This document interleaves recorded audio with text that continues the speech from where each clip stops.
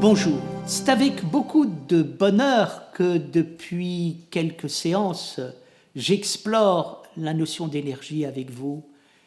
Et après avoir parlé de Bergson, je voudrais vous parler de l'extraordinaire changement qui a lieu aujourd'hui dans la science et qui est ô combien concerné par la notion d'énergie. Je ne suis pas physicien et je prie les physiciens de m'excuser de ce que je vais dire. Je vais essayer de ne pas dire trop de bêtises, mais simplement de pointer ce qui s'est passé en physique, microphysique, avec la théorie quantique et avec la macrophysique, avec la relativité. C'est passé des événements philosophiques, spirituels et scientifiques majeurs. Qu'est-ce qui se passe à la fin du XIXe siècle et au début du XXe siècle? Il y a une volonté de penser d'une manière totalement nouvelle. Cette manière de penser totalement nouvelle vient de la découverte de l'intériorité qui remonte au début de la philosophie, qui se manifeste à travers l'extraordinaire développement du christianisme et puis de l'humanisme moderne, et qui débouche sur une volonté créatrice magnifiquement affirmée par notre modernité. On veut penser autrement les mathématiques, on veut penser autrement la physique, et on imagine des choses que l'on n'osait pas penser auparavant. Si nous prenons par exemple Einstein, nous voyons quoi? Nous voyons qu'il essaye de penser l'univers, non plus à partir d'un observateur terrestre, mais d'un observateur qui serait à cheval sur un rayon du Soleil et qui parcourrait l'univers à la vitesse de 320 000 km/s. Bien évidemment, il s'agit là de quelque chose de prodigieux, de fulgurant, mais qui va permettre à Einstein de découvrir quoi? De découvrir la relativité. Qu'est-ce que la relativité? C'est l'interdépendance universelle. Einstein était déterministe et il pensait que tout est déterminé, mais tout est déterminé d'une manière relative, c'est-à-dire spécifique. Il n'y a pas un espace et un temps parce que chaque système planétaire a son propre temps, a son propre espace en fonction de sa spécificité. Et ça débouche quoi? Ça débouche sur ce que Einstein va développer, c'est-à-dire l'équivalence entre la matière, l'énergie et la lumière. Derrière la matière, il y a de l'énergie, derrière l'énergie, il y a de la lumière, derrière la réalité, il y a des systèmes qui se déterminent en fonction de leur rapport à la lumière. Et c'est ce qui caractérise la vision d'Einstein, une vision déterministe extrêmement vivante, demandant d'être attentif à la pluralité des systèmes qui se trouvent dans l'univers. Il y a le système terrestre, mais il y a le système solaire, et puis il y a des systèmes qui sont spécifiques à toutes les planètes. Et ça donne quoi? Ça donne beaucoup de matière, beaucoup d'énergie, beaucoup de lumière. Beaucoup de lumière, c'est-à-dire je suis attentif au système spécifique que j'étudie. Comme je suis attentif et dans la lumière de ce système, je rentre dans l'énergie de ce système, et comme je rentre dans l'énergie de ce système, je découvre la matière sous un angle nouveau. C'est-à-dire que la matière est extrêmement vivante, et tout est extrêmement vivant. Et Einstein a eu une vision extrêmement vivante. Tout est déterminé par l'extrêmement vivant. Et vous comprenez comment un penseur comme Einstein peut être à la fois un grand physicien et un grand spirituel. Einstein, ce n'était pas quelqu'un qui ne croyait pas en Dieu. Einstein croyait en Dieu, mais attention, ce n'est pas un Dieu au sens des religions du terme. C'est qu'il croyait à une puissance de vie extraordinaire qui donne à chaque point de l'univers sa spécificité. Et c'est cette interdépendance du vivant dans la vie qui crée le phénomène de l'univers.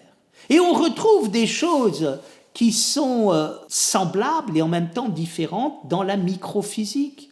Dans la microphysique, que se passe-t-il? On s'aperçoit que si on veut aller dans l'infiniment petit, il faut sortir du postulat d'objectivité. Pourquoi? Parce que pour à la fois mesurer simultanément la vitesse et la position d'un atome, il faut une décision personnelle.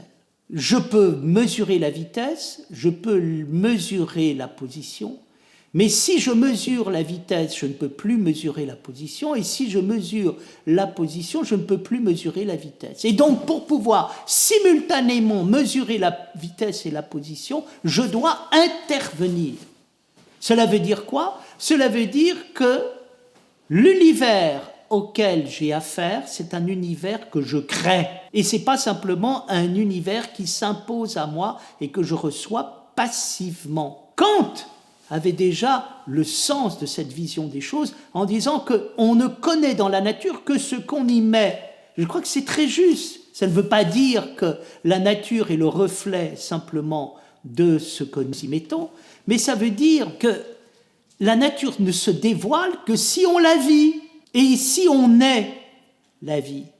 Et je crois que ce principe est tout à fait prodigieux. Pourquoi? Parce qu'un des grands physiciens quantique, qui est Schrödinger, dans sa vision du monde, expliquait que cette vision qu'il avait eue dans la microphysique rejoignait la métaphysique hindouiste du Vedanta.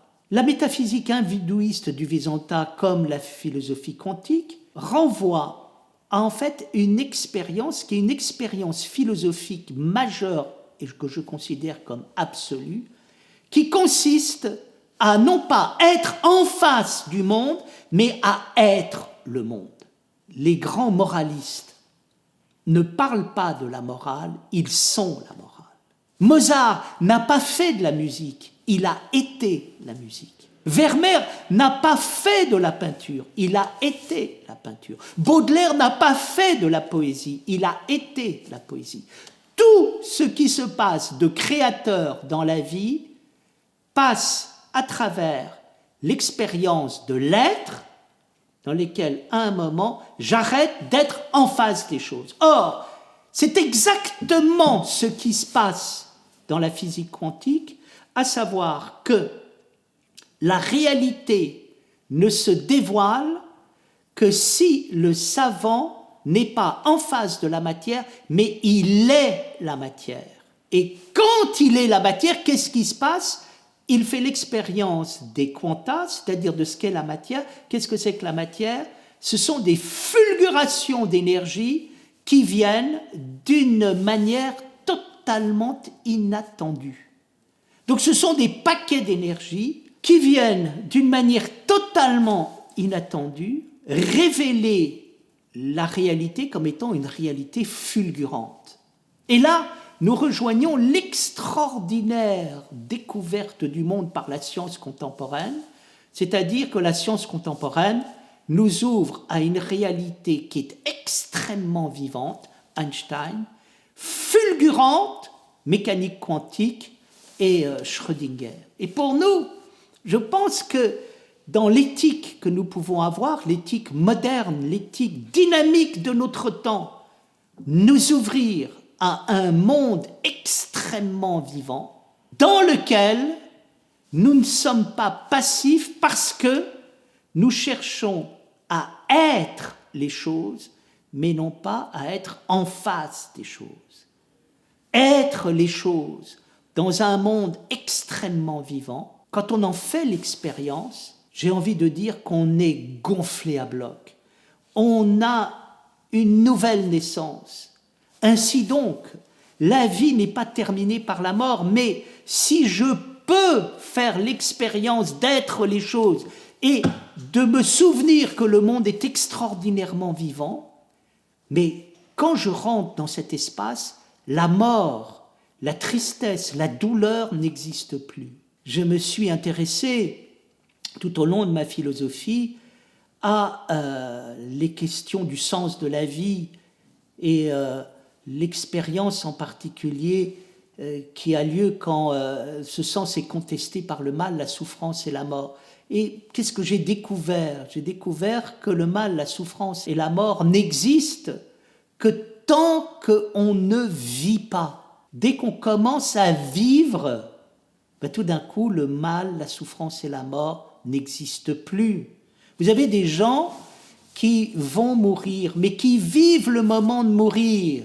Et tout d'un coup, miraculeusement, eh bien, ils s'aperçoivent que même dans ce moment où la vie semble quitter la vie est encore vivante et il se passe des tas de choses. Il y a eu des gens qui ont fait l'expérience des camps de concentration et qui étaient des moments terribles, affreux, l'enfer de l'humanité. Mais au fond de l'enfer, ils ont vécu simplement le moment d'être dans cet enfer et ils en sont sortis vivants. Ils ont dit, comme Étienne Soum dans son camp de concentration, la vie est belle, et je dirais que la vie est belle, parce que le camp de concentration ne peut rien contre la vie. Je crois que nous avons là des expériences extrêmement profondes qu'il faut diffuser auprès de la jeunesse, il faut les inciter à vivre. On a des craintes pour le monde de demain. Le monde sera ce que nous en ferons. Si nous partons battus, nous serons battus par le monde. Mais si nous vivons, il va se passer des choses extraordinaires. Et je veux croire qu'il va se passer des choses extraordinaires. Pas simplement parce qu'on n'a pas le choix, mais mieux encore, parce que cet extraordinaire, il est là, il est au fond de nous, il nous demande qu'à être, à nous de le faire